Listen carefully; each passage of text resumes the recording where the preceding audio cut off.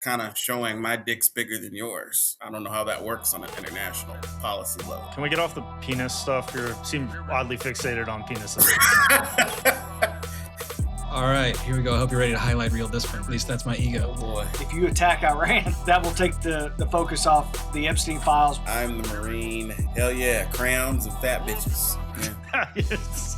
And Kamala Harris is a well-known whore in San Francisco, so the output would have been no different depending on who won the election. I'd like to take one more chance to shit on the military officers here. We don't need to defend Europe. Fuck them. It's a relic of World War II. How many people think that Melania Trump fucked Jeffrey Epstein? Horrible mess. It's a horrible, horrible mess. And I don't think this even has anything to do with Republican, Democrat. I think a corrupt individual has hijacked our political system. I didn't really care if that NASA mission, I actually was rooting for them all to die. The entire mission. Because of the crew.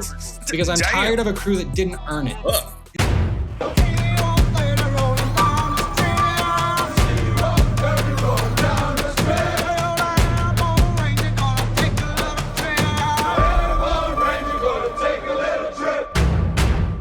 Hi, everybody. This is John from Real Veteran News, back for Real Veteran News 53. We're here with Mason, Mark Peterson, and John Jackson. I think this is the first time we've had all four services on one show here. We got Air Force, Navy, Marines. Of course, was in the Army. And would you guys like to introduce yourselves in that order, please? So I'll go first. Mason Blue, and I'm the Air Force meathead. I'm Mark Peterson. I'm retired Navy. Hey, I'm John Jackson. I'm the Marine. Hell yeah, crowns and fat bitches. Yeah. Yes. Yeah, we could tell. We could tell. I'd like to point out Mason is also the king of Claude Code free tier. So Some cheap. yeah, you'll be able to afford that $20 a month membership. It's 100. There's a 20, I think, right?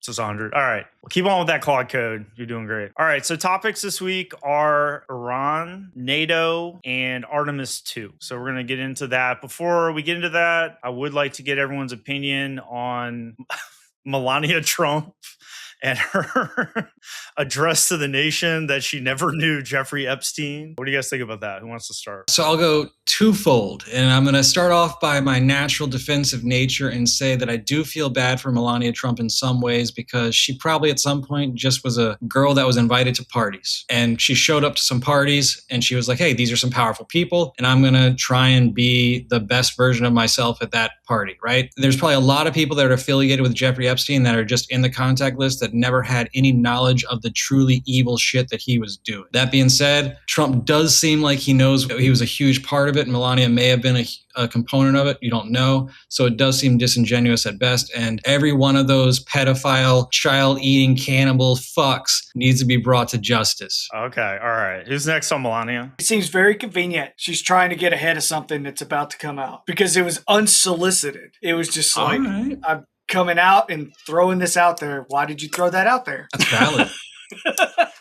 So I'll be interested to watch the news for the next week or so to see what drops, because I think there's going to be something that drops that we're all going to be like, oh, that's what that was all about. All right. She's also been married to Trump since, 20 years now? 20-something years? There's no way that she didn't know what Epstein was doing. There's photos with her embracing Epstein that we've seen. So I didn't know Jeffrey Epstein, that's a little disingenuous. Mason's right. She was a girl that was just invited to a party at the beginning. But after a certain amount of time, you're no longer the girl just being invited to the party. You become part of the crowd and you know what's going on. John, what do you think? A lot of liberals imply that she's some type of whore or prostitute, which is kind of weird because I thought we weren't against whoring. I thought we were against slut shaming. So it's kind of weird that even happens. But if she was one, she was too high end for the barracks at Camp Lejeune. So I can't confirm Yeah, she's a little above that. whether she was or not, because that's above platoon level, pay grade. Even a second lieutenant who's like a Mustang can't afford that. I don't know. All I know is, she's probably complicit in whatever because she was clearly there and in the picture. But like Mason said, I don't think she anticipated that, but she definitely held on. Well, you know, her ex-best friend from 20 years is on Twitter threatening to go scorched earth, the Ungarova woman. Yeah. So cannot wait to hear what she has to say. How many people think that Melania Trump fucked Jeffrey Epstein? I'll just say, John, I think a Mustang at 25% interest would be a better investment. True. Do you even know what a Mustang is? He was talking about the car Mustang. I was talking about second lieutenants or officers in general who have previously served as enlisted. Oh, I was thinking you were saying a car. I was talking And I about was saying that even the Mustang second lieutenant, who's paid higher than your most second lieutenants, probably can't afford Melania if she's a call girl. My bad. I was thinking like buying Everybody a car. at the platoon level can't afford her. You got to be at least a lieutenant colonel. Do you not have Mustangs in the Air Force? We just have hot bitches everywhere at all Okay. ranks. That is true. You guys are fucking nerds, man. Or y'all call them cafeterias. We go all the way to Columbia. I remember we were out like with just the lieutenants partying, and we were like, somebody was like, "Hey, that's one of the airmen in my unit." And I was like, "Thank you for saying that." Before I went over and hit on her, and it was actually important to have your homies be like, "Don't hit on those when that's an airman." Hey, if she's not in your unit, it doesn't count. No. Yeah. I had enough disciplinarian issues, man. I was confined to, no thanks. Okay. Iran. Very simple and unconvoluted subject here. We're going to talk about Iran. I'd like to start the conversation off on, which is what everybody's thinking essentially, which is like the Israeli influence behind the war. I will say personally that liberals, conservatives, basically everybody that I know, Americans, foreign, like everybody essentially realizes, which is pretty obvious. You'd have to be real low operating level to not realize that Israel is manipulating us, controlling us, dragged us into some conflict with Iran, and that there was a lot of people at high levels in the government that didn't want to initiate this, and that Trump just made the decision. There's been this big news article in the New York Times about it, and personally think that the American politics are changing, that we won't in future elections really be electing people that are supplicant to whatever Israel wants. It's a big change. And so that's kind of like the main story probably here. See, Mason went first on Melania fucking Epstein. So Mark, why don't you tell us what you think about Iran with regard to Israel kind of instigating it?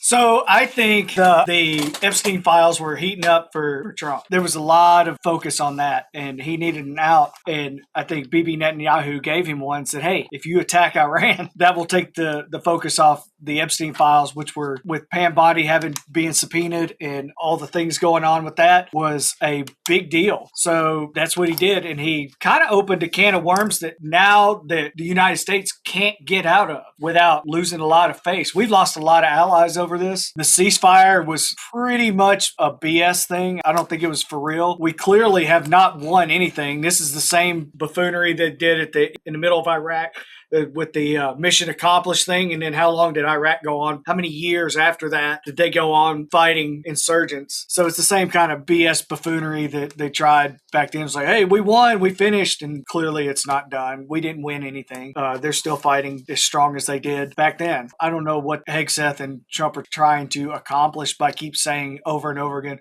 we've won, we've accomplished all our military objective. Then why are we still there? Clearly you haven't. Yeah, obviously there's some bullshit. All right, who's next? It's me. I mean, let's just be honest. It's all fucking dick swinging with Trump. It is like, my dick's bigger than yours, and here's why. And this is what I'm doing to show you this. I don't think there's a long-term plan. It's not strategic. It is flexing. It's straight flexing, straight bravado. And eventually you got to have a real plan. And I'm not sure they have one, except kind of showing my dick's bigger than yours. I don't know how that works on an international policy level. Can we get off the penis stuff? You seem oddly fixated on penises.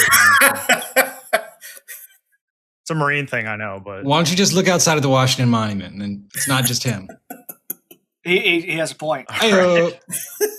You want to go on here? No, I mean, I really think that it's been leaking out that they really don't have a fucking plan. And it changes by the week. It's like, oh, this is going to be a short war. Oh, we're going to need boots on the ground. Oh, there's a ceasefire. Oh, there's not one. Like, I think where they're losing folks is it doesn't seem incredibly focused. And while our men and women in uniform are always going to do a great job, it puts them in a bad place when the mission is not incredibly focused or clear. Mason? So I was taking some notes when when I was typing there. I wanted to answer a couple of things. First, on the note of why we're doing this, and I think you can kind of, I have a bunch of notes on this. I actually would agree with John here that it's purely a big dick swinging moment where Trump just wants to show the world he wants to go down in history. And it's sad that we remember the wrong presidents. We remember the wartime presidents, not the presidents that protect domestic interests. When you look at the table, like who was at the table making the discussions, I was shocked to find that J.D. Vance, the only veteran, wasn't at the table. He was sent elsewhere, like kicked out of the room. And why? You look at it, who does he include? Jared Kushner. All those Israeli, basically pieces of shit. And so when you look at what actually happened is, if you break down first, just militarily, I think Donald Trump used a way to create an oil shock price so that his family could make money. Because if you look at it, the entire Trump family, Barron Trump apparently made $150 speculating on oil prices based off of it. So I think that's all it really was. I think secondly, you have a lot of Israelis in his cabinet who are incentivizing him to invade, and they're going to play up every single incentive of Trump's ego. They're going to bait him into talking about, this is going to be the easiest thing ever. You're going to win World War III in 2 weeks. Amazing, right? Marco Rubio, there's already going to be an AI image of him as the Shah of Iran. And they're all going to talk about how easy it is because they want to get involved because it gives another enemy, Israel's greatest enemy, right? Iran is Israel's greatest enemy. So tricking America into a war is their smartest strategy. It's what they did with GWAT and it's what they're doing now. And every veteran of GWAT owes it to every current active duty service member to scream as loud as they can to make sure that doesn't happen. John, you look like you want to interrupt me. I want to say on the Israeli side, it's important to always note that Netanyahu's coalition and then the set, however you pronounce it, their legislature, their parliament, is built off of security, wartime. War is what keeps his coalition, that keeps him in power together. He has to be at war, proving he's keeping Israel safe by fighting all these evil people in order for him to stay in power, that or his coalition dissolves. I was told that by someone who is a Jewish American and hardcore Zionist. He said he admitted that to me, and that's something. No matter what side of the aisle, where you are on, with Israel policy, Netanyahu needs to be at war to continue to be in power. And what we're doing is keeping Netanyahu in power in Israel. I mean, of course, if you look at it, so anybody who's in power is going to be eventually run out of favor, right? There's like that saying, it's like get out soon or live long enough to become the villain, something like that. I know I just butchered the shit out of that. One of y'all can look it up. But like, he's hit that point, even with his own people. And basically, as soon as what are Israeli politics? It's not about settlers. It's not about anything other than, can you get America to defend Israel while they do their expansionist policies? If you can accomplish that, then you're a successful Israeli politician. And if you cannot accomplish that, you're useless. Nothing in Israel matters other than American protection of Israel so that they can do whatever the bullshit that they do. As soon as we stop protecting them, then they have to answer for all their war crimes themselves. And what's really crazy about this Iran stuff is we're not talking about Lebanon at all. And right now, while Trump is attacking Iran, he's creating a complete diversion so that the Israelis can do a ground campaign in Lebanon, which is happening right now, which is a finishing of the 1980 ground campaign and all the other military campaigns there. And the people of Lebanon are being decimated. So again, I think it's a double component of enabling Israeli politics while also giving Trump's family a massive windfall of profit. And then the final thing on Israeli bullshit, the last big conspiracy that I think we should talk about is Palm Beach Pete. We're all talking about Epstein. And in my opinion, Palm Beach Pete is Jeffrey Epstein still alive. And he basically has full immunity and full control over all the files. And so we're going to start seeing total degeneracy coming out because Jeffrey Epstein's alive and he's done surgery to make it so that he is like still able to chill in Palm Beach and do what he does. It's going to take the Israeli control and manipulation of American politics to the next level because they can have overt blackmail over every politician, whereas previously they had to hide it. I would say Jeffrey Epstein probably dead due to the killing of him. But all right, so I'll go like Palm Beach Pete.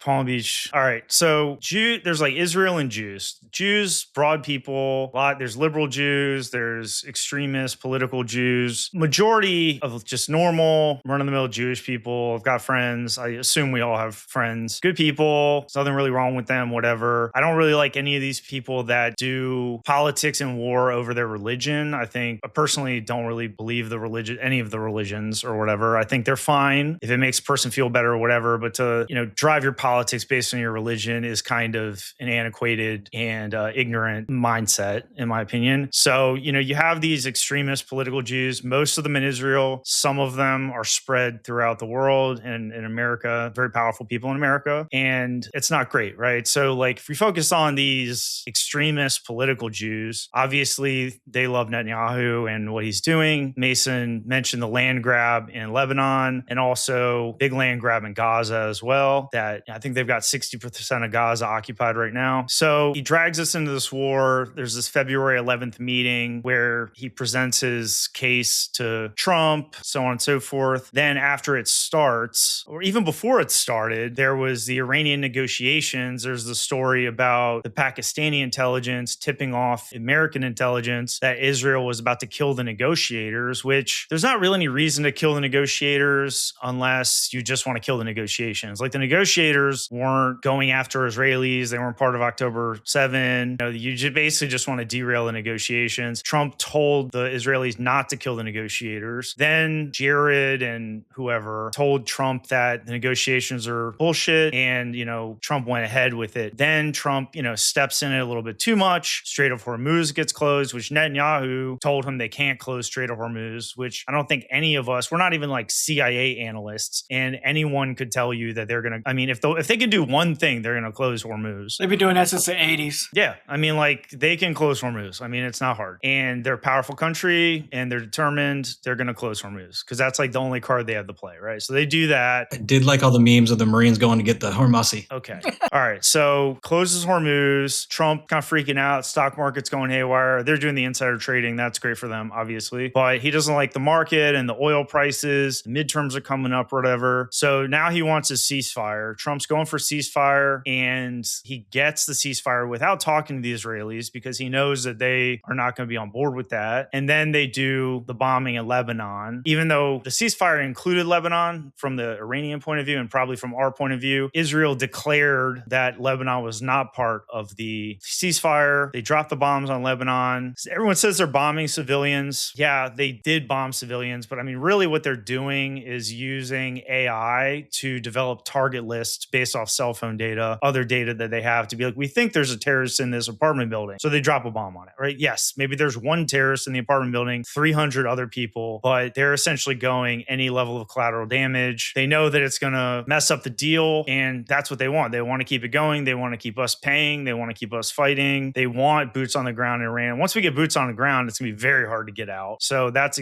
obviously exactly what they want to do. So it's like, how can Trump put an end to what's going on, to what he started, given that the Israelis are not on board with stopping? And so every Israeli politician wants us to be involved, and every American politician is purchased by AIPAC, so we're fucked. Not every, but the majority. Thomas Massey. Thomas Massey's our only hope. I think we've got to have some real tough conversations with evangelicals who are Zionists, with Jewish Americans who are hardcore Zionists. And I say this, I love you as my fellow American. I don't look at you like an Israeli. Israel's a foreign country. That's a fact. And a foreign nation should not have this much control or influence over our politics, over our way of life. It's a foreign country at the end of the day. And I realize in the Jewish community that it's hard to separate Jewishness from Israel sometimes. And I understand that and I acknowledge that. But at the end of the day, it's a foreign country and the influence is just too great on our politics. And you can do that while saying, I love you as my fellow American. And, I support your freedom of religion and freedom to exist here peacefully. But that doesn't mean I'm going to co-sign on everything that a foreign country that Jewish people have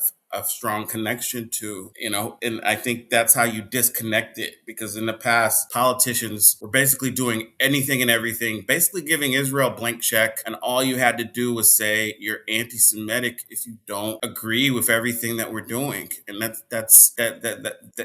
that's taking it too far. Who's next? John's absolutely right. Israel is a foreign nation, and they have incredible amount of leverage and influence on American politics through AIPAC. One of the most prolific spies ever arrested in the United States was a spy for Israel, Jonathan Pollard. I don't know if you recall that. That was back in the 1980s. Not that that's a single incident, but that's one that they still teach on when you go through any espionage training in the military today. I'm sure you're all familiar with his name. He was an Israeli spy. So they are not our friends. They are not friendly to us. They want to control us and use the United States as a pawn in greater game that they have. So AIPAC and the state of Israel have way too much control over what the United States does. And that is furthermore seen in the way the rest of the world reacts to what Israel does and the amount of war crimes that Netanyahu has a warrant out for his arrest as a war criminal for killing civilians, and the United States is completely complicit in that. We do nothing. And now we defend him and we support his family. We protect his family. And the United States is now complicit in war crimes by what? We killed 147 school children in Iran. That's a war crime. I'm shocked that all the Gazan refugees in America, not one of them has gone down to Miami yet. I can't believe that.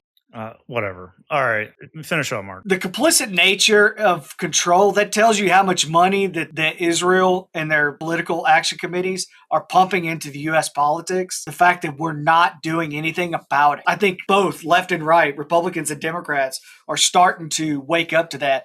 The Democratic Party, the DNC, specifically, the younger folks are really waking up to it because these impact Chuck Schumer types that have been in the DNC for a long time are starting to worry because they're about to lose their seats because people are getting really pissed off about it. They're going to vote them out. All right, Mason, you going? I mean, as a moderate libertarian, this just shows why we need to get the federal government out of all of our lives because they just have too much power. But I wanted to cite one thing that John Koenig mentioned that I disagreed with, which is like, why would you kill the negotiator? And this is a special case. This isn't like a war where the Germans and like British are going to fight on a battlefield. This is America being controlled by a foreign power. And when you look at it, Iran's stated mission is apparently to kill all Jews, right? I think that's part of their goal. So like Iran's not the good guy. That's why it's easy to want to invade them. It's easy to hate them. You think every Iranian wants to kill all No, Jews? but that's the stated purpose of the government. They talk a lot of shit, man. Oh, death to America. Well, they got to learn to shut the fuck up.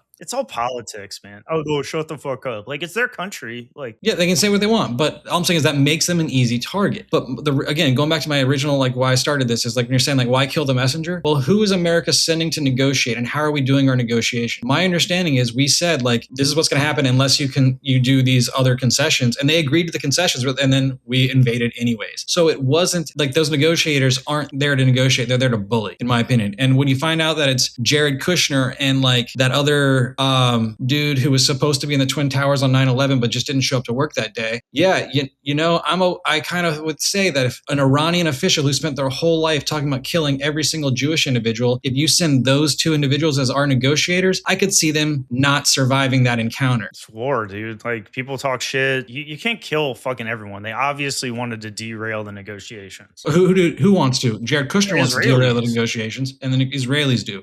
Kushner probably wants to derail them too. I mean, like, why is he negotiating? Who the fuck is this guy? Kushner, yeah, he has no business. Idiot from New York. Like, but he's a Trump family member who's making the Trump family members money. He's also in business with Saudi Arabia, and Saudi Arabia definitely wants the U.S. in Iran.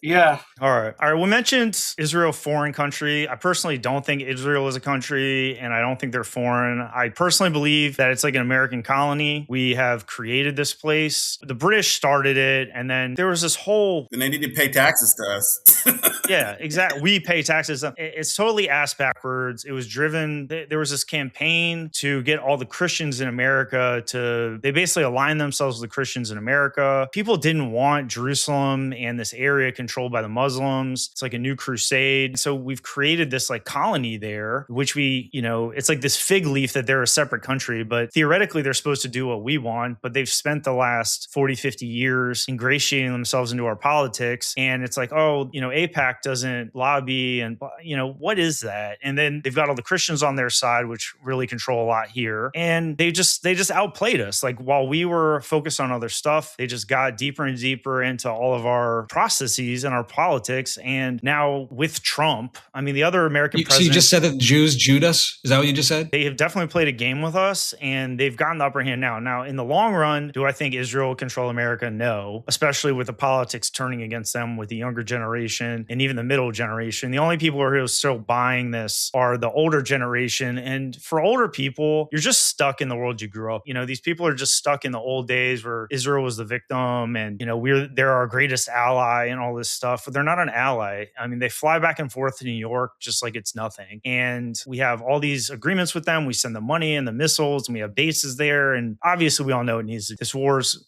pretty crazy, and it's gotten our people killed, which is the most important thing. But I would like to bring up, like, at the beginning of the war, the 6 that were killed in Kuwait, and also a lot of people hurt really bad too when they got hit down there. They're in an unfortified position. They got ordered forward by some military officer who got orders from some other military officer. The guy who ordered them there probably wasn't on the ground, probably didn't get hit by these drones and all that stuff. And what they're saying is the survivors coming out of there was like, hey, we were left out to dry. We had no fortifications. We all knew that it was a target and nobody paid attention to us. And it's just one more instance in this pattern of U.S. young, mostly enlisted U.S. military personnel being hung out to dry by military officers that are just putting them in bad positions. We had Tower 22 in Jordan that happened a few years ago, Korangal Valley in Afghanistan. And we just put these people in this position where they're just going to get slaughtered. And there's no repercussions. Then these professional liars led by Hegseth go on and they're like, oh, a squirter got through, which that's not even what squirter means. Because this dude's like barely even in the military, even though he has all his Christian crusade tattoos and all his military bullshit tattoos on. And he's cultivated this veteran persona, but says, oh, one got through. It's like, you didn't fortify the position.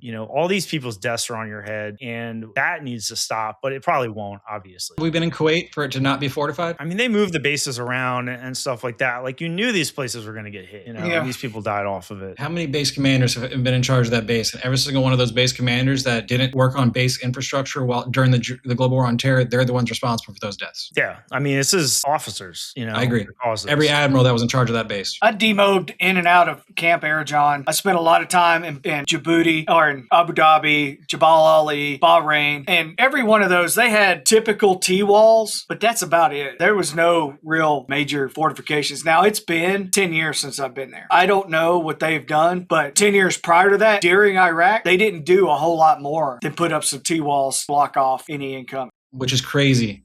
Jesus, it fucking sucked when I was there. Getting mortared and fucking RPGs. So they had about the same protections as we had when I was in Baghdad, as far as T-walls and then the square concrete bunkers. Nothing that would protect them from anything of major consequence. I'd like to take one more chance to shit on the military officers here, in the fact that one of the reasons why Iran is doing so well against us is this shift in the dynamic where they have $20,000 drones and we have multi-million-dollar interceptor missiles, where if we want to talk bad on Iran or whatever, like, they figured out that if they could mass these drones, build these drones, and the drones are so good, we copied their drone. And our multi-billion-dollar, trillion-dollar defense industry has been supplying us with these overpriced weapons that are not effective against the drones, at least even on an economical basis. So they basically outdone us. All of our great military minds, all of our great military officer leaders failed in that. They didn't see what was going to happen in Ukraine. They didn't see what was going to happen with these Iranian defenses and stuff like that. And we go to war with the army, Rumsfeld, we go to war with the army that we have. And not only we not protect them, we're just like not able to defend ourselves because we don't have the technology and the weapons ready to do that. And that's just a failure of strategic thought, which is the entire job of these military officers. It's political, but it's also the military officers. It is a little bit, but look at the current, you're talking about drone fight, right? So drone versus drone. We need to counter the drones. And who just got $1 billion contract for drones? Trump's fucking kids. Each one one of them is now in charge of $1 billion drone program for the U.S. Department of Defense. Why are they selected? Do they have any drone capability or any military background? No. They just are a way to launder money back to the Trump family. What percentage of that drone program is just Trump funding, and what percentage of it is actually going to go to support the warfighter? This is why, again, Trump is not an American. Trump is an Israeli asset. He has zero interest in the future of America. He has only interest in the future of his family and the future of Israel. And then the final thought on this is on the note of the Jews Jewing the fuck out of America and tricking us into war yet again for the next 30 years. We cannot allow that to happen. And the sad thing is with Jeffrey Epstein, in my opinion, being Palm Beach Pete, we have absolutely no chance to make that happen. Trump is deliberately getting J.D. Vance out of the negotiations while putting worthless little twat Jared Kushner in there to represent America. That's absolutely terrible. And so what I actually hope happens, which won't happen as long as Trump is in office, he needs to be impeached, is what we actually need to do is dump Israel, get them out of American politics. And since Israelis call everyone goyim and look down on everybody, let's let them put it to the test. Let's them prove that they can defend their homeland by themselves and stop defending Israel and being complicit in every one of their war crimes. Anybody else? So I'm a little worried about boots on the ground because I don't have confidence in American Gen Z men. They're a little weird. I'm not sure they have the ability to fight wars because they're too busy raging out on being rejected by women. Maybe the Army or the Marines or the Navy could straighten them out, the Air Force. I don't know. But yeah, I'm going to say this. Evangelicals, in my opinion, are more responsible for Zionism than Jewish Americans. We need to address it with them. Jewish people are a very small minority here. American Israeli policy could not exist without the backing of evangelicals. And that includes African American evangelicals in the Black church on the Democratic side. Very much, Hakeem Jeffries is very much complicit to what went on in Gaza. It's not a partisan issue. Going back to what I said, we got to have some tough conversations here, but still love and protect Jewish American community. They don't deserve any hatred. That's my statement. Wolf in sheep's clothing. Okay, cool. One last Iran topic I'm interested in is the rescue mission. I will kind of just get started here to where obviously we know F-15 was shot down or whatever, and 2 aviators, 1 pilot, 1 weapons guy were in there, right? So the story is that the pilot was rescued on the first day. Seems normal. I mean, you know where the dude is. They have like a GPS beacon thing on them, and CSAR, search and rescue assets, should be ready to go. The Iranians don't have a ton of time to respond immediately. So, okay, that guy. Got him. Good. The second guy supposedly injured and, E&E'd to some mountain range, climbed a mountain. Then eventually they found him and,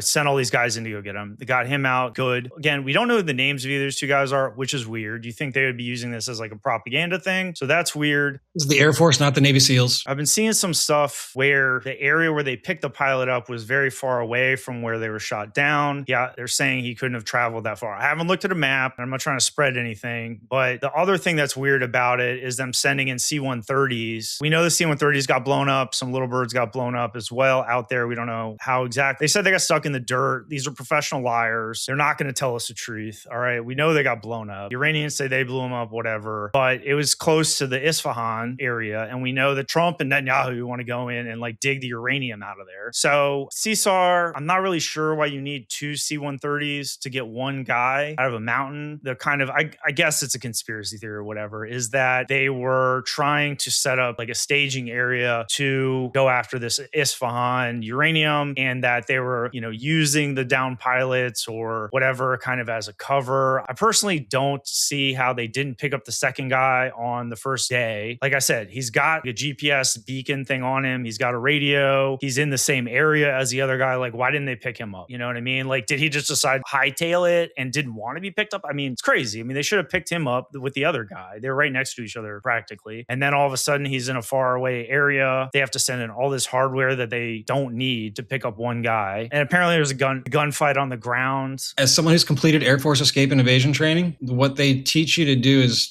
certain things, like you get away from the crash site immediately. And so if they were even remotely not close together, they would have just gotten away from this crash site. Okay, Air Force guy, are you telling me they didn't? They're saying, oh, we had to find him with the CIA technology. Like, how do they not know where this guy is? I mean, he's got that shit on his flight suit. He would have had a beacon. He would have carried a beacon. They know where on he him. is, right? Sometimes you just want to accomplish one mission at a time. So maybe they just sent in enough. Maybe there was a village in between. They didn't want to fly overhead and take a ground fire. There's a lot of reasons. It seems very weird. But ideally, going into the mountain to be your first defensive position would be a very logical play. Probably a very smart decision to move to a mountain, get a defensible position, hide down, hunker down. Know you can survive for multiple days without starving to death. Yeah, but then they say they don't know where he is. They're looking for him for 2 days. Like, they know where the guy is. How do they not know where he is? They got satellite. They got everything. Unless his combat radio was damaged somehow on his way down, because they carry an emergency combat radio with them. Satellites can be obscured. John, you'll enjoy this. The day after the escape and evasion training, like 4 a.m, when we had to wake up, and right before the escape and evasion thing, where they simulate being like a down situation. I was so tired, I refused to get up for a second, and the NCO in charge, a nice mass sergeant, definitely booted the shit out of me in the kidney in my sleeping bag. And you deserved it. I did, but I just thought you would enjoy that, knowing that an NCO once still kicked the shit out of me in a sleeping bag. So my larger concern is the amount of news that came out about this before the second pilot was rescued, because they shouldn't have made any announcement whatsoever that they were even searching for him until he was recovered. OPSEC's not a thing with this administration. Well, I mean, I think it was like fair game. I mean, everybody, they knew, the Iranians knew the pilots were down. I mean, but I don't know. I agree that the OPSEC, as much fun as people have made fun of Pete Hegseth for OPSEC releases, whoever it is that released the fact that there was still military operations going on, that needs to be elevated to the highest level, because that put every single rescue operative in jeopardy. Iran then knows, like, oh shit, they're coming back for the guy. Right. And so they can launch everything. Not just that, but also all of their operatives in Iraq who now know we're going to be flying overhead and doing everything in their airspace. They can become active as well. I was in a helo squadron for a long time, and we did CSAR operation. And for the most part, those CSAR helos fly unarmed because they carry CSAR equipment. They don't carry armaments. They have a FLIR and they have rescue swimmers. That's it. They don't have weapons to protect themselves. They have the armed helo packages, but you can't do both at the same time. Not really. You can't do them both well.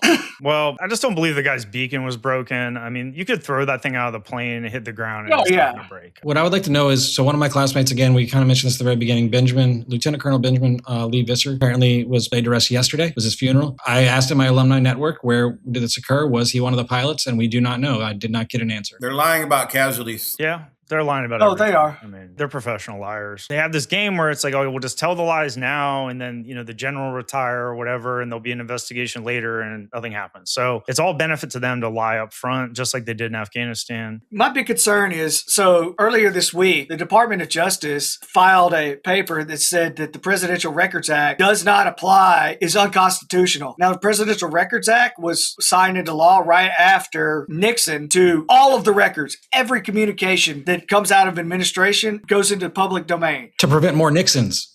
To prevent more Nixons. It has never been said it was unconstitutional, so that everything can be scrutinized to make sure that the United States is in the right, that we're doing the right things. What are you doing to say, oh, we don't want any of this stuff to be audited? We don't want any of this stuff to be looked at? Because their goal is to go to war, not to have American interests. Their goal is Israeli interests. They sent J.D. Vance elsewhere while Jared Kushner is helping out Donald Trump create a battle plan. We're covering up the Epstein files.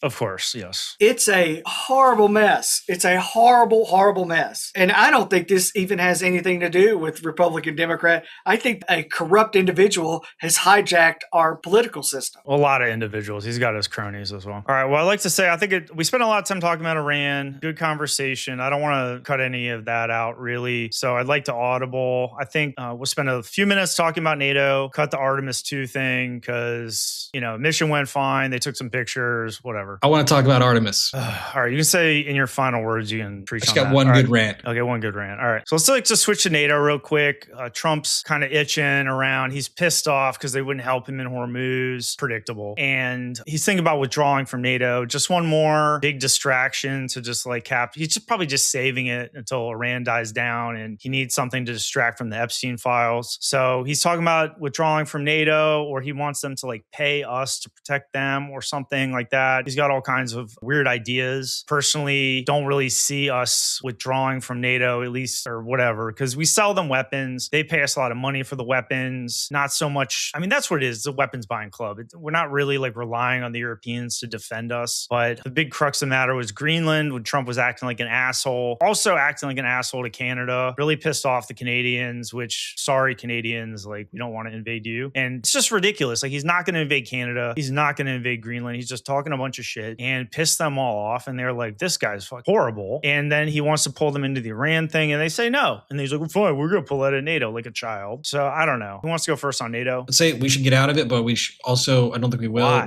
We owe NATO a debt why. of gratitude after GWAT. We called in NATO and they answered. So we owe NATO. But I think we should get out because it politically enslaves America to a defense pact with a bunch of European oligarchs that have their interest at hand and not American interests at hand. We don't need to defend Europe. Fuck them. It's a relic of World War II, especially when you look at the changing demographics of Europe, where half the countries are now basically Muslim caliphates. We definitely don't want to be an exaggeration. All right, well, still.